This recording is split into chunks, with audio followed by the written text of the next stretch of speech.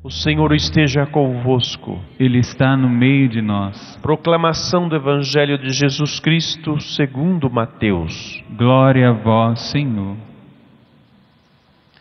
Naquele tempo, Jesus foi à região de Cesareia de Filipe e ali perguntou aos seus discípulos: Quem dizem os homens ser o Filho do Homem?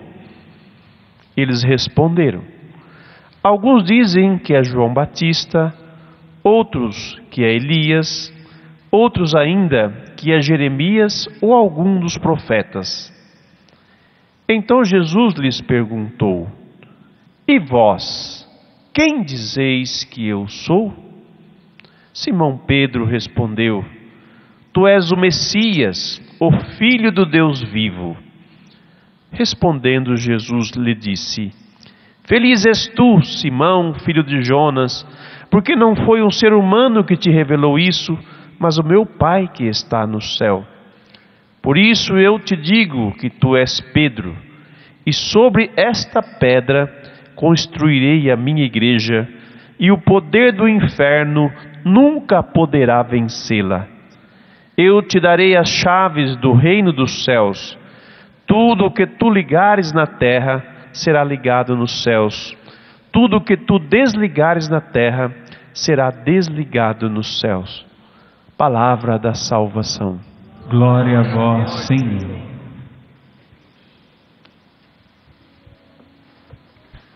Que bom que toda a leitura de hoje se volta para essa graça que nós deveremos colocar dentro de nós.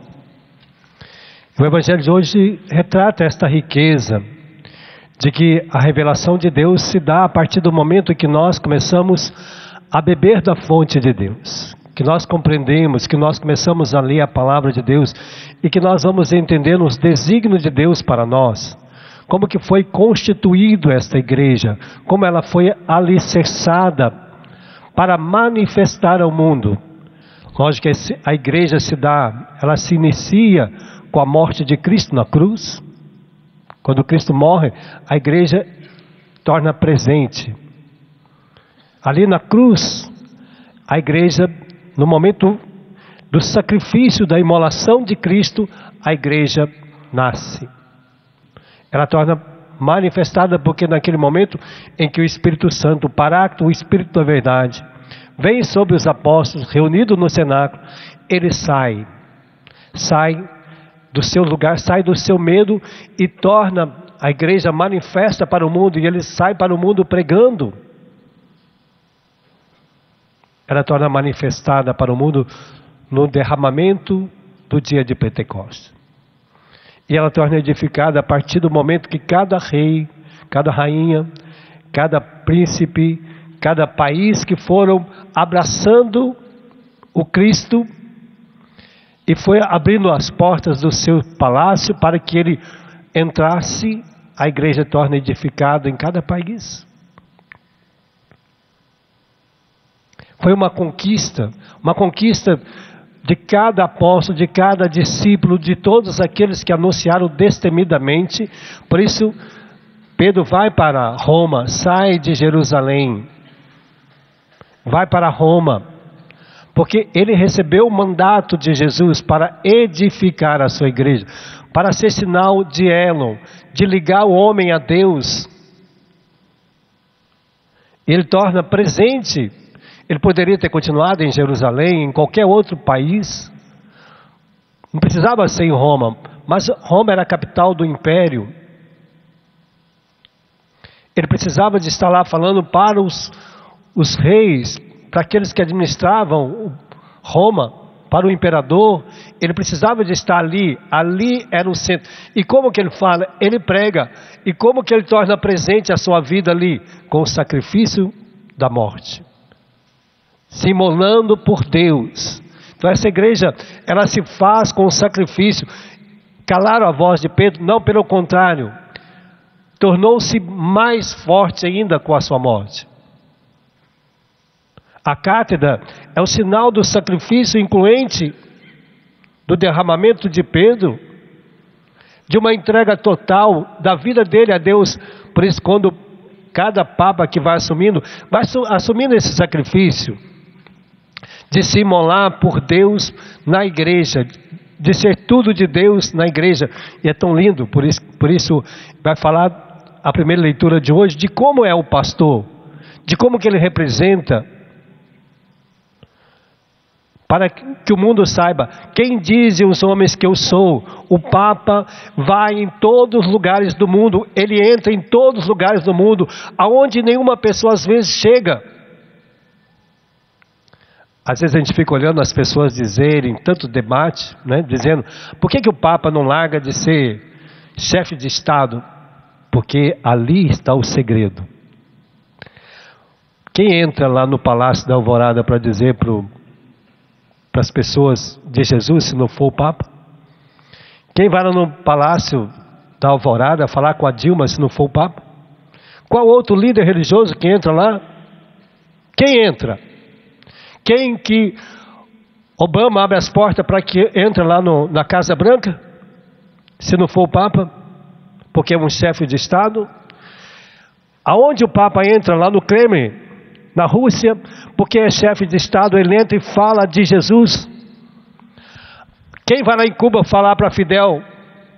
O Papa entra lá e fala de Jesus para Fidel, para aonde é que ele vá, o Papa anuncia destemidamente o Evangelho. Por isso o mundo persegue a Igreja de Cristo, porque o Papa é audacioso em falar de Cristo, mesmo para aqueles que não querem ouvir. Esta é a cátedra. Quem entra? Qual outro líder religioso que eles abrem a porta para que possam entrar? Qual é o outro país? Esse dia o Papa estava na Síria, foi para a Turquia, mesmo debilitado, mesmo para o mundo incapaz, ele foi lá falar para aquelas pessoas de Jesus. Ele não foi lá falar de si nem da Igreja Católica. Ele foi lá anunciar Jesus para todas as pessoas. E nós precisamos ter esta ideia de que o Papa é esta graça para nós. E todas as outras religiões cristãs do mundo deveriam reconhecer isso. Nós não vamos, mas o Papa vai. O Papa entra, nós não conseguimos, mas o Papa vai falar de Cristo para eles. Portanto, nós temos que aplaudir esta situação. Pelo contrário, nos persegue. Todos querem destruir a igreja. Todos querem destruir o Papa. Quer que o Papa rasgue a Bíblia em diversas situações, porque é contrário. Porque o Sumo Pontífice está aqui na carta aos Hebreus 5. Ele é tirado do meio do povo, revestido de fraquezas, mas está para serviço de Deus. Ele faz sacrifício por si, por todo o seu povo. O Papa é revestido de fraqueza. Ele é tirado do meio dos homens, como nós. O Sumo Pontífice é tirado do meio do povo.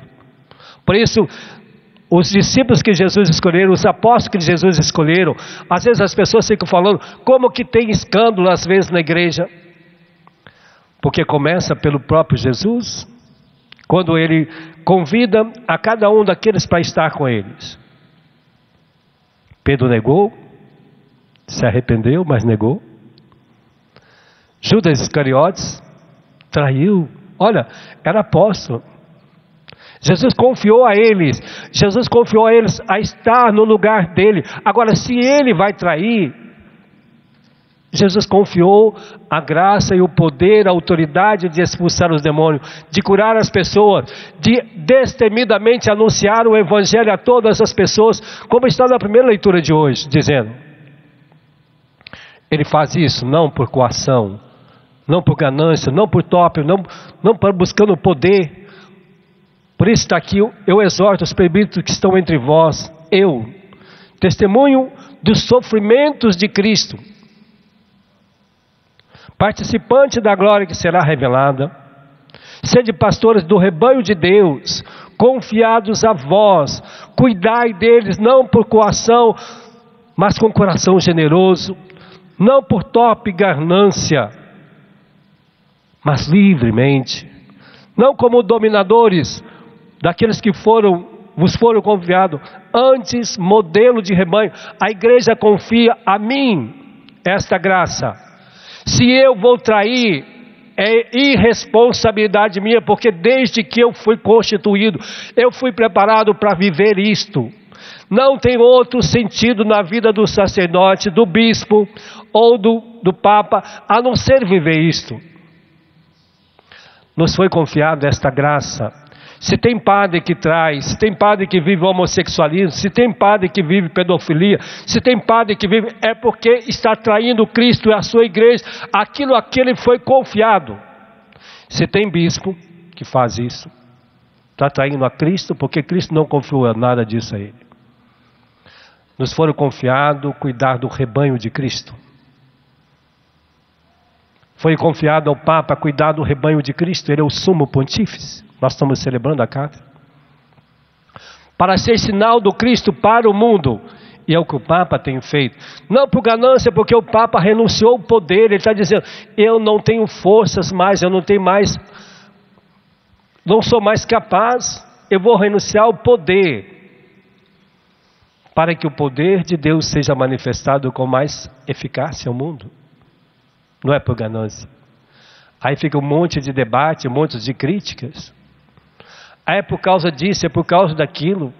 Não, porque eu não tenho força de uma criança, de um jovem, para vencer. Então, portanto, quando você vê um escândalo na igreja, seja de quem for, é porque está traindo a igreja de Cristo, ele está traindo o próprio Cristo, não é o Papa. O Papa confiou a ele, o Papa confiou a cada um dos presbíteros que está aqui embaixo, a missão de estar no lugar dele, de ajudar com que a cátedra de Cristo seja manifestada a todo mundo, que o sinal, que o Cristo seja manifestado, que o poder de Deus seja manifestado a todas as pessoas.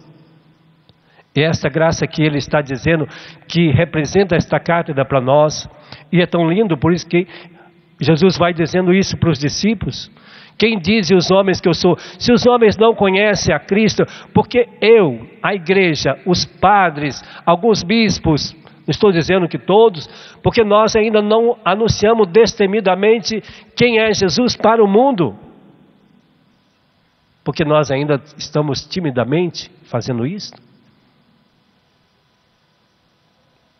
Porque nos foi confiado dizer ao mundo quem dizem os homens que eu sou. Se os homens não conhecem a igreja, é porque nós ainda não anunciamos destemidamente esta igreja ao povo de Deus. Porque nós não estamos vivendo aquilo que o povo de Deus precisa que nós seja modelo. O Papa tem buscado ser modelo.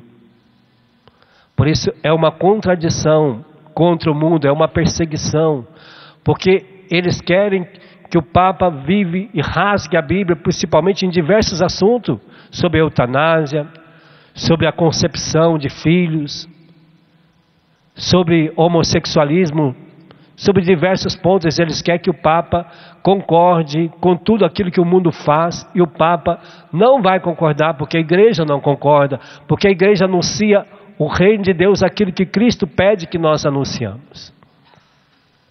E a igreja não pode calar, e nós não podemos também calar, e nós deveríamos ficar de pé e aplaudir as atitudes que o nosso Papa tem tomado. Nós deveríamos aplaudir de pé e dizer, nós estamos contigo. A cada atitude, porque nós às vezes acreditamos muito mais na mídia, naquilo que o Papa fala. Acreditamos muito mais naquilo que as indagações do mundo, do que a palavra de Deus nos anuncia. Nós damos muito mais ouvido àquilo que o mundo coloca para nós vivermos do que aquilo que Cristo pede que nós vivamos. E o Papa tem destemidamente feito com que a igreja seja sinal do Cristo vivo para o mundo. Queira os protestantes, queira os evangélicos, queira qualquer outra igreja, mas quem tem o poder de entrar em todos os países e falar de Cristo chama-se Papa. E nós podemos aplaudir porque a nossa igreja está presente. Pode aplaudir mesmo, porque a nossa igreja está presente no mundo. Ela está viva, ela não está morta. E o mundo vai ter que ouvir Jesus através da cátedra de Pedro. É isso mesmo, nós vamos ter que ser sinal. Você vê o Papa falando, saiba que ele está falando aquilo que Cristo nos pede que façamos. E que bom que nós possamos ouvir. Que bom que nós temos ouvidos para ouvir, olhos para ver e coração para compreender. E que bom nós estamos aqui para hoje e saber, já rezando para que o novo Papa tenha força, dinamismo, coragem de enfrentar este mundo, porque eles querem destruir Deus no mundo, não é a igreja. Eles querem destruir o Cristo, eles querem destruir Deus, porque Deus não interessa a essa sociedade, porque eles querem que as pessoas tornem-se escravos do consumismo deles. Eles precisam vender, eles precisam que as pessoas consomem.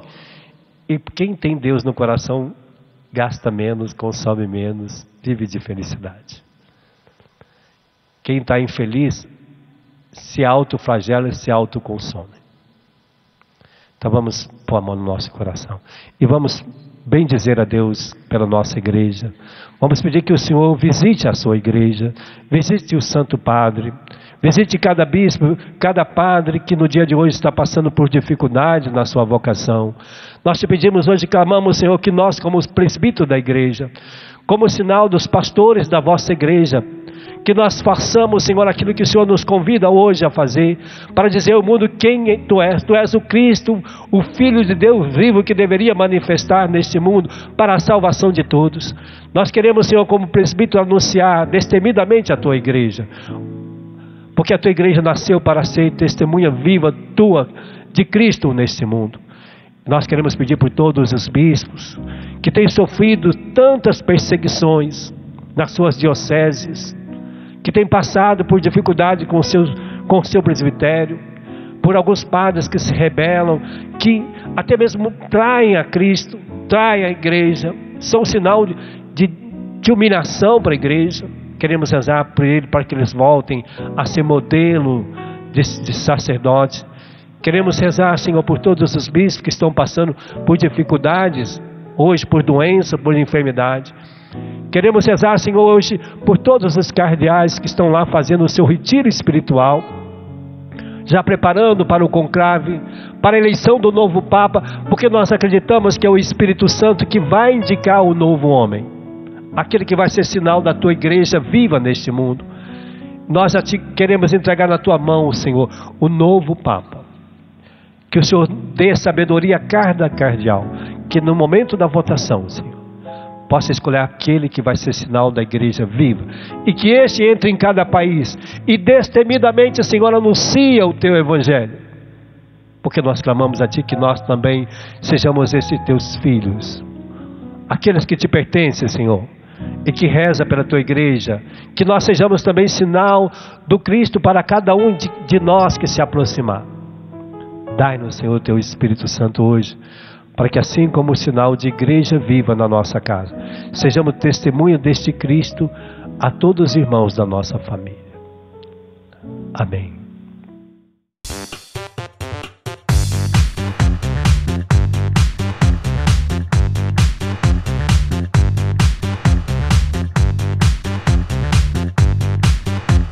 CançãoNovaPlay.com. Assine já!